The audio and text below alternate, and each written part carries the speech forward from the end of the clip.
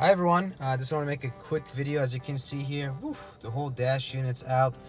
I'm trying to replace, this is a Honda, in 2019 Honda Insight LX, and I was replacing the dash unit with this basically Chinese Joing brand, which is aftermarket. It's a great Android brand, very large, much larger than the EX and Touring model head units that are provided. But in terms of the functionality, it's just check out the I'm posting another video of this dash unit, so feel free to look for that on my page. But I just want to make a quick video here. We are now at, let's go ahead and zoom in here, 30,000 miles basically, and it has been a great trip with this vehicle. Some downsides and some good things about this vehicle. Let's go off the top of the great things about the vehicle. I love the design about the vehicle. If you look at the outside, it's great. It looks amazing. The Honda Accord 2019 and above looks amazing. They've done a really good job for Honda in terms of the new design language. I think it's great. In terms of this inside, this is the LX. This is the base model. And it comes standard with a lot of different functionalities like lane keeping assist, lane mitigation, cross traffic alert, radar cruise control. This is all standard, as you can see here from the buttons. So this is great in terms of, this is the functionality. There is Bluetooth already with the vehicle, which is great. And in terms of MPG, I'm getting around, looks like right here, 45. 47 MPG. I apologize, this just came on, so let me go ahead and turn that off. So, and this is the problem with a touch head unit with no physical button. You don't have the touch functionality, but anyways, it's great. In terms of a lot of functionality, there is LED daytime and running lights. Let's go ahead and turn that on and put the blinker on here so you guys can take a look at it.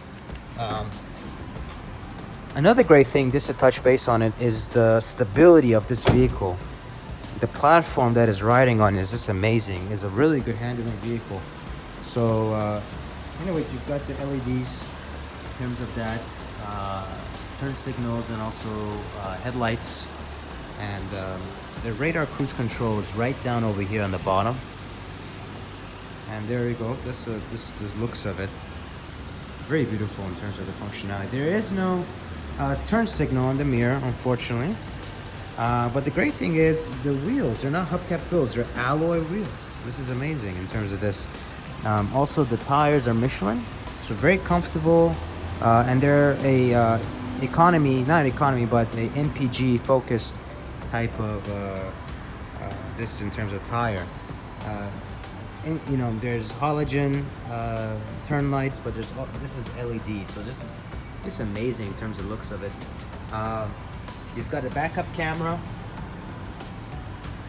and there is no the big downside coming from a vehicle which is about 6 years old that had it, was this automatic opening and closing touch door, and this one does not have an LX model, which is unfortunate because it's been out for more than 6 years, and vehicles that are less than this, priced, much less, have it standard.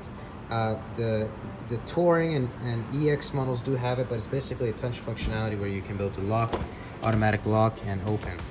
Let's go ahead and go inside here. Let's go ahead and turn this off. And you've got tweakers. The sound system is actually very nice in this vehicle. I was very surprised. You've got tweakers there, really good. It's quiet. It has noise cancellation in this vehicle, but it's not the quietest vehicle out there. I think Hondas they're generally not as quiet as a lot of other vehicles that I've test drove from the Toyota lineup and Hyundai and Kia, the Korean brands. And Honda's always been like that. I think the quiet vehicles are going to be the Honda Pilot, which I've test drove. The CR-V is a little bit noisy. but it's not going to be that intrusive. One of the downsides of this is the engine.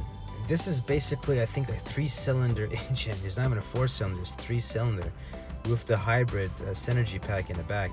So as you can imagine, if you're trying to rev up into highway speeds, good luck with that. It's going to be droning like hell. And even on highway speeds, if you're going around 75 miles per hour, that engine, especially with the battery pack in the back assisting it, is going to be consistently not as severe as pickup, but is going to be utilized quite a bit. It's a very small engine. The Accord hybrid does not utilize that engine. Is a little bit bigger in terms of that, and the MPG is about 49 miles per gallon. They're estimating. I'm getting around 47, and this is mixed with highway and city. It's not really the best, and I think Honda did that with the engine to save costs, right? There's a lot of other components that go into it. There's a lot of costs in manufacturing. So I think the penny pinchers at Honda said, okay, well, let's put this engine in there and save some costs so we can be able to sell it at the price point we can sell it. So huge downside in that. Even the Toyota Prius does not articulate that type of engine. So anyways, that's a huge downside with this vehicle. It's just the engine that had matted to it. I think they could have done a lot better in terms of that. MPG is okay, like you said, like you guys saw. I mean, around 47, 48. The best I've seen is around 54, 55 during the summer. Now, I'm currently in Texas. I've rode this also in Florida before bringing it here to Texas. I've done cross-country traveling with the vehicle from Florida all the way to Texas. So that was like a day and a half, constant driving. And you're gonna get around 47. Depends on the how fast you're going. If you're going 70-75 miles per hour, which is the highway speed limit on most of the highways, you're gonna get like 45 miles per gallon on this vehicle. You're not gonna get much higher than that, even with tires that are inflated and not utilizing the AC or heater in the cabin. I was being very frugal with the vehicle in terms of driving it and not having those parasitic items suck in the energy from the engine.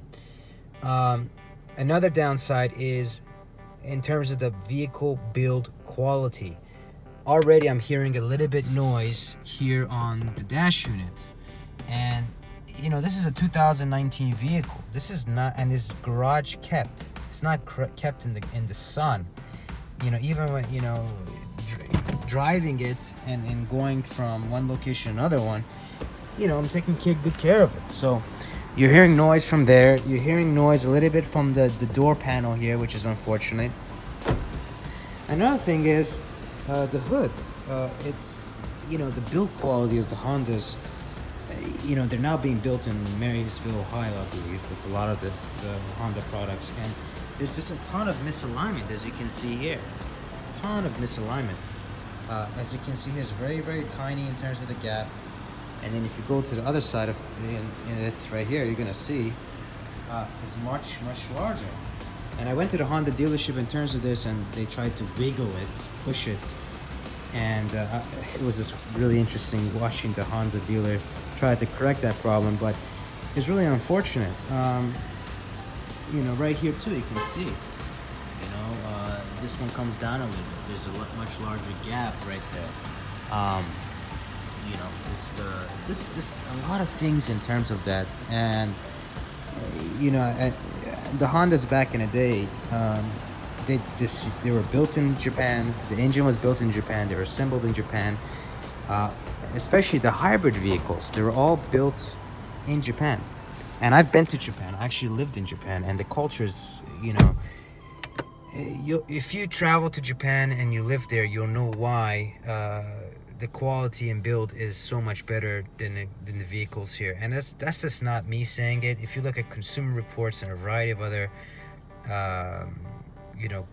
reports that come out here in the US, you'll see a lot of the vehicles that are constantly ranked on top are the Japanese. Now Korean manufacturers like Hyundai and Kia and you know the Genesis lineup are moving up too. I've been to Korea, and again, it's just the way the culture is built and the way they're just assembling and manufacturing their vehicles. So that's another downfall, is the build quality. Luckily, the engine is built for this in Japan. So I think in terms of the engine standpoint, I think it's going to be, you know, very strong long term. But in terms of the other standpoint, in terms of the build quality of the vehicle, I don't think it's going to last as long. Now, another thing I like about this vehicle, it comes standard, is the push button start, which is really nice to have. My other vehicle did have that as well. You've got faux leather and leather stitching here, which is a nice articulate touch. The seats are cloth. They're okay. They're bolstered on the side a little bit. You know, it's not too bad. And let me see if I can lift this up right here so you guys can see. You've got a push. You don't have a lever for the parking, reverse, neutral, and drive button. You've got a push button electronic stop, which a lot of vehicles do have nowadays. Actually, majority of vehicles do have it nowadays as standard, so nothing too crazy there. You've got 3 different modes. You've got EV, Sport, and Econ. The Sport mode is actually not bad. I enjoyed utilizing it, and I've actually, my previous vehicle was a Prius, so you know, when you drive hybrids and you especially have the electric battery and the engine working together, it is very, very sporty, which is surprising. The EV button, you're not going to go that far with it. You're maybe going to go I've gone about, how many miles? Maybe 1.5, you know, with the EV, depending on how you're pushing it and how many bars of battery you have. As you can see here, these are the bars of battery, and this is also the gas right here. Let me see what else I can be able to talk about the vehicle. That's about it. It also has these levers, and this is not for this, you know, gear changing. This is a CVT engine, but these levers right here are for regenerative braking. So if you want to be able to, before you get to red light, you use these.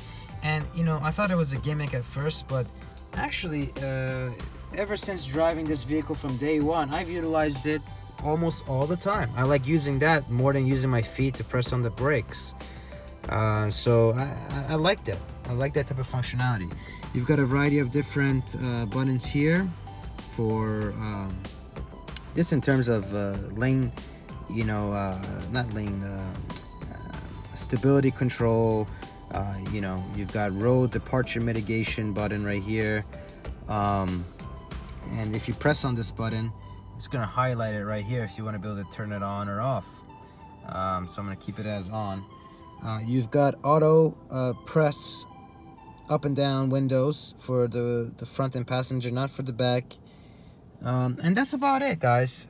So I hope this really was helpful. I think I went, you know, very lengthy on this video, more than I wanted to, but you know, those are just the pros and cons of the vehicle so far. Another thing is, a con is this gas button is electronic.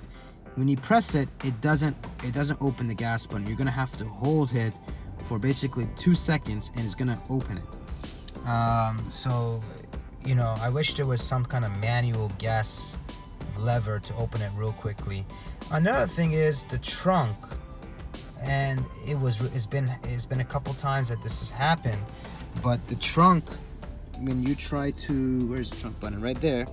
When you open it and you have something in the back, there are sensors in the trunk that can be able to sense if there's something protruding or you know, something blocking the trunk from, let's say, being closed. And it's happened several times where I've emptied out the trunk, there was nothing in there, and it would still not close electronically. So You know, sometimes with more electronics in vehicles, it becomes more of a downfall and issue, and that's you know, visualized in many different types of vehicles as we're seeing coming into the future. So another good thing is how deep this this cubby is. It's very, very deep, and I love that. Got this little sliding cup holder and sliding you know, armrest.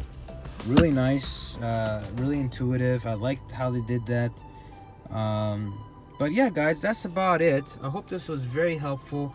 Again, if you guys have any questions, if you're looking to purchase a Honda Insight, if you have purchased a Honda Insight and you have some experiences, please post them below. I want to hear about them.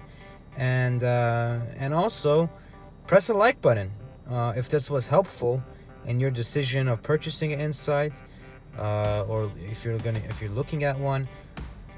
Love that, and subscribe on my channel for more videos. I'll be posting more videos not only on the Honda Insight but a variety of other vehicles and also products. Thanks.